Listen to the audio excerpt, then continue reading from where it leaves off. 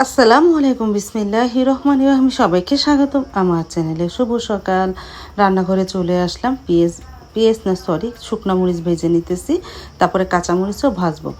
ভাতের চালে সাদা বোয়া বসিয়ে দিয়েছি, আর শিলপাটাটা নামিয়েছে আলু ভর্তা, কাঁঠাল দানা ভর্তা, আর এই যে বিলাতি ধনেপাতা ভর্তা বানাবো এই বউয়ার জন্য।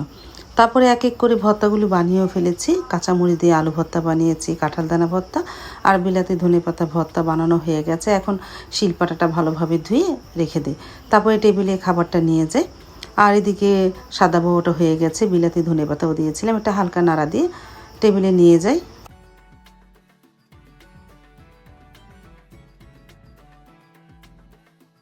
তারপরে তো নাস্তা খেতে বসে পড়লাম আমি আর সাইদুল বাবা। গরম গরম বৌয়া আর ভর্তা, আলহামদুলিল্লাহ। আর মেয়েরা তো শুয়ে আছে, এখন তো উঠেনি। ছোটো মেয়ে অবশ্য আজকে সকালের কোচিং নেই, কারণ আজকে শুক্রবার, আগামীকালকে আছে, আর তো পরীক্ষাই চলতেছে।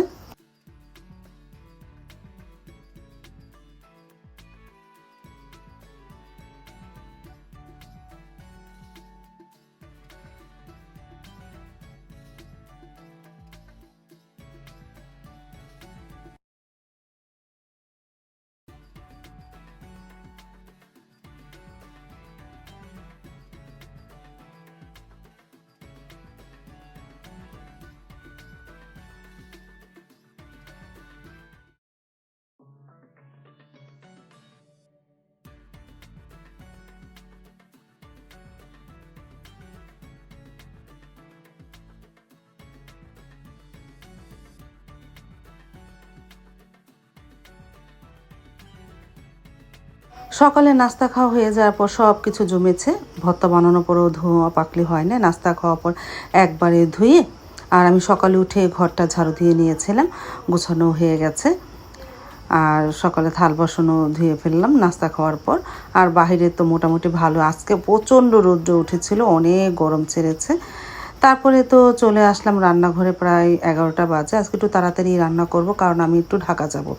মুরগি এনেছিল, বড় একটা মুরগি সাইদুল বাবা কিনে দিয়ে গেল।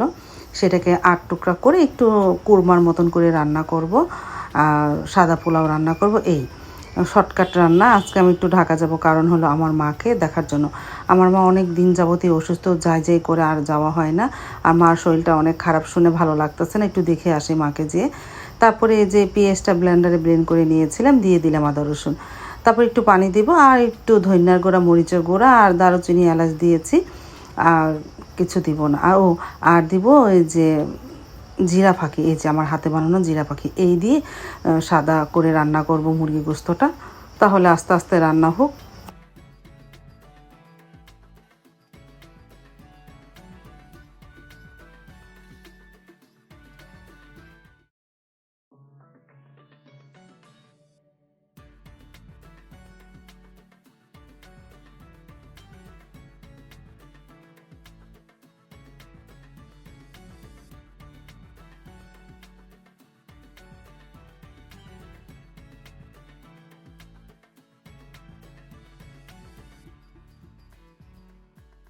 আর এই যে পোলাও চালটাও ধুয়ে নিয়ে পানি গরম দিয়ে দিয়েছি।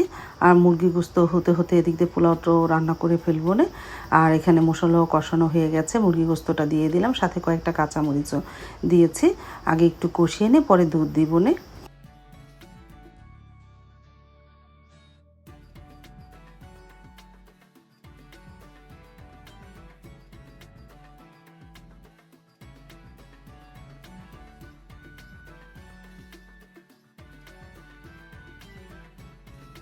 প্রায় 10-15 মিনিট ধরে কষানো হলো, এখন দুধ দিয়ে রান্না করে ফেলি।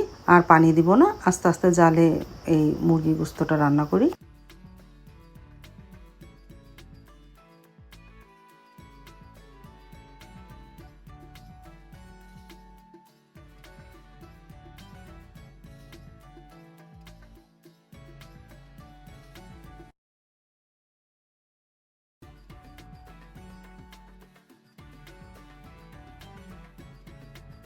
আর এই চুলায় পোলাও চালটাও ভেজে নিতেছি, পোলাওটাও বসিয়ে দিই।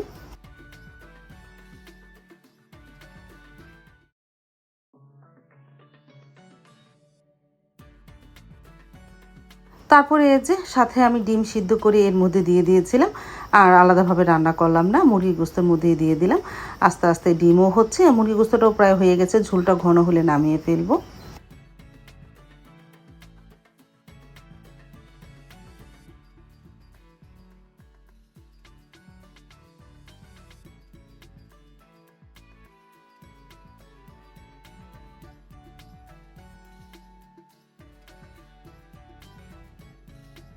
হয়ে গেল মুরগি গোস্ত আর ডিম সাদা করে রান্না।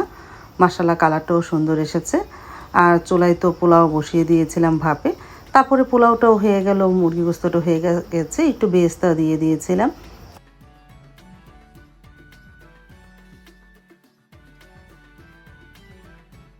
তারপর তো সাইদুলের বাবা জুম্মার নামাজ পড়ে চলে আসলো, তারপর আমরা খেতেও বসে পড়লাম।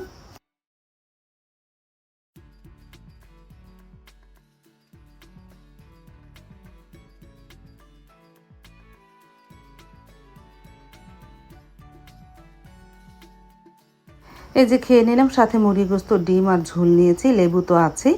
সাইদুল বাবাও একটু খেলো, বেশি খেলো না, বলতেছে আমার কাছে তো পোলাও অত ভালো লাগে না, আজকে শর্টকাট রান্না, বললাম একটু সাদা পোলাও আর একটু মুরগি গোস্ত দিয়ে খাও, রাত্রে না হলে অন্য কিছু রান্না করবো না। তারপরে আমি খেয়ে নিলাম, বিসমিল্লাহ বলে শুরু করেছিলাম, আলহামদুলিল্লাহ।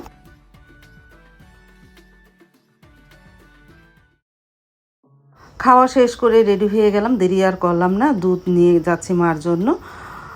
তারপরে যে আমি আর সাইদুল বাবা বেরিয়ে পড়লাম।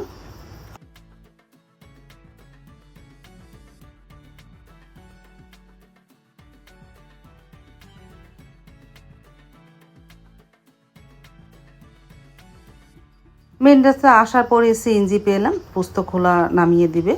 বাসে উঠলাম না, একটু দেরি হয়ে যায় বাসে। তারপরে সিএনজি পেলাম, সিএনজি করে যাচ্ছি মার বাসায়। এই আমাদের এখান থেকে প্রায় সময় এরকম সিএনজি পাওয়া যায়, 100 টাকা করে নেয় পোস্তখোলা। বাসে যে ভাড়া, সিএনজি তো সেই ভাড়াই। সিএনজি থেকে নেমে এখন রিক্সা নিয়েছি, যাচ্ছি মার বাসায়।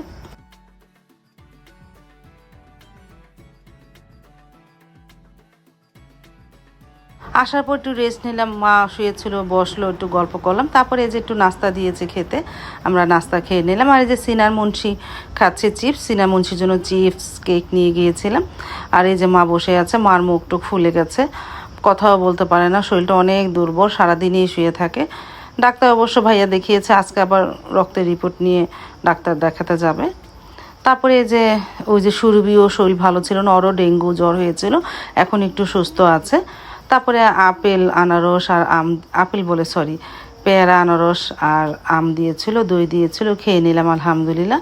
খাওয়ার পর ঘন্টাখানিক একটু মানে গল্প করে এখন বেরিয়ে পড়লাম, 5টা বাজে।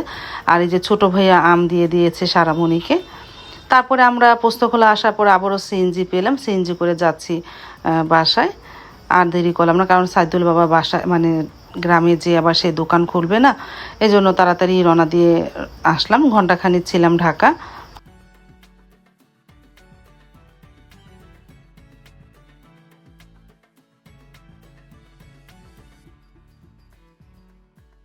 বাসাতে চলে আসলাম, আসার সময় নিয়ে এসেছিলাম মেয়েদের জন্য 2টা কেক, ছোট ছোট কেক, এরকম পিস কেকের মতনই। সারামণির জন্য একটা, সাবার জন্য একটা, দুই বোনের জন্য 2টা নিয়ে এসেছি। দুইজনে মিলে খেয়েছিল এই 2 রকম কেক। অনেক দিনই যাবৎ বলতেছে মেয়ে কেক খাবে। তারপরে যেহেতু ঢাকা গিয়েছিলাম, মনে পড়লো যত 2জন জন্য 2 রকম 2টা ছোট ছোট কেক নিয়ে যাই, খেয়ে নেবে না। আমাদের আর্টসেন গেটে ফুড প্লেস আছে, বা কোকস অ্যান্ড কুকিসের থেকেই আমি এনেছি কেকটা। তার একটা বাটার বনও এনেছিলাম, ভালোই ছিল ওদের। কুকস অ্যান্ড কুকিসের কেকগুলো আবার এমনি বেকারি আইটেমগুলোও ভালো ছিল।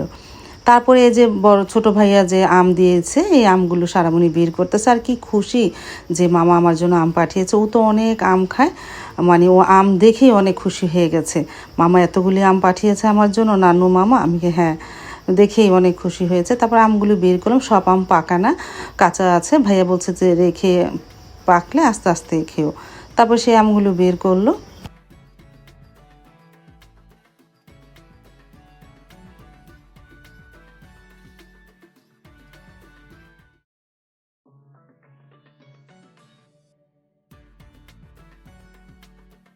তারপর তো মাগরিবের নামাজের পরে চলে আসলাম রান্নাঘরে। মা তো কোরবানির গোস্ত দিয়ে দিয়েছিল, আর এই যে কলজা ফ্যাপসাও দিয়েছে আলাদাভাবে। সেটাই সাইদুল বাবা দেখে বলতেছে যে বাসায় গিয়ে কলজা ফ্যাপসা রান্না করে দিও আমাকে, আমি রাতে ভাত খাবো।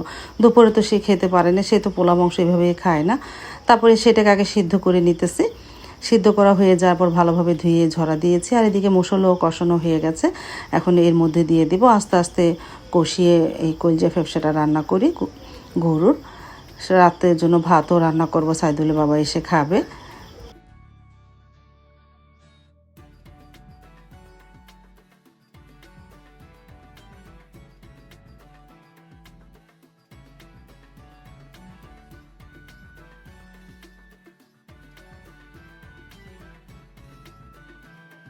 হয়ে গেল গরুর কলজা ফ্যাপসা ভুনা। মাশাআল্লাহ কালারটা কতটা সুন্দর এসেছে। আমি কয়েকটা কাঁচামরিচও দিয়েছিলাম, ভালোই লাগতেছে দেখতে।